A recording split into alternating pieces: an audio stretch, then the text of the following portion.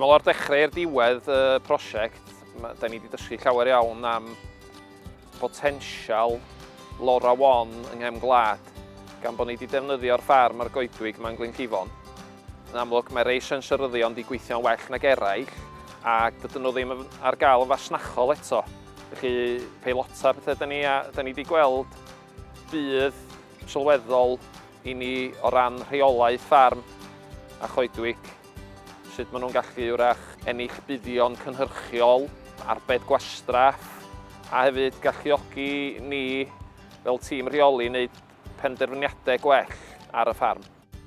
Ond sicr mae o'n mynd i symud fwy i fewn i'r byd amaeth fel mae'r technoleg yn datblygu. Dwi'n meddwl bod ni ar ddechrau'r daith yn hytrach na diwedd y daith, ond yn sicr mae'n anhygoel be mae'r technoleg mae'n gallu gwneud dyddi yma. Pwysau feddwl ynde bod ni'n gallu monitro tymheredd a cheithder ac ansawdd pridd sydd kilometr o'r buarth. A yn y dyfodol o bosib ni'n gallu, fydden nhw'n mor rhad a mor effeithiol, fydden nhw'n gallu gosod nhw mhob un cae.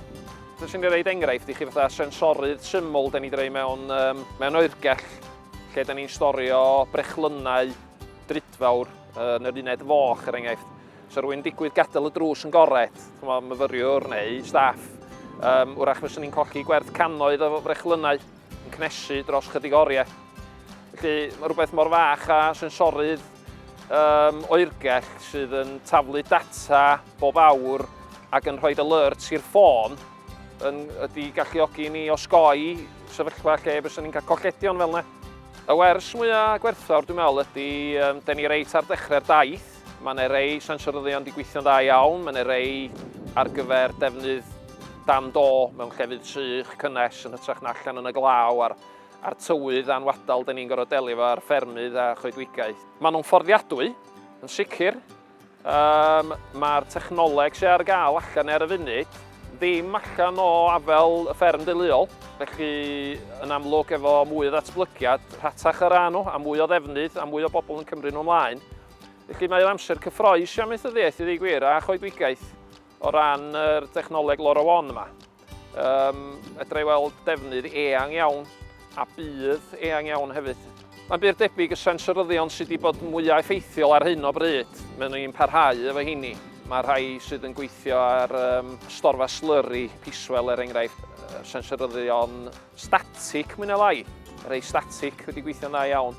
Y rhai sydd mewn yn yr oergell, storfa sglodion coed, neu sydd yn gallu hawdd iawn bod mewn tas wair i monitro rhag bod yna rhywbeth yn gorboethi. Mae yna rhai wedi gweithio'n dda iawn, a byddwn ni'n parhau efo hynny, ac mae yna fwy o waith i wneud efo rhai sydd ddim wedi gweithio cystal. A maen nhw yn gweithio, jyst byddwn nhw ddim wedi'w gorchuddio gyda deunyddiau sy'n gallu delio efo'r math o dywydd a'r lleithder sgennym ni yng Nghymru yma ar yn ffermydd. Do, mae'r myfyrwyr yn ymwybodol iawn o'r cynllun. Da ni wedi cael lot maen nhw wedi bod yn glwm hefo gweithdai yn dod fyny efo'r syniadau reit ar y dechrau, lle fysa sensoryddion o fydd.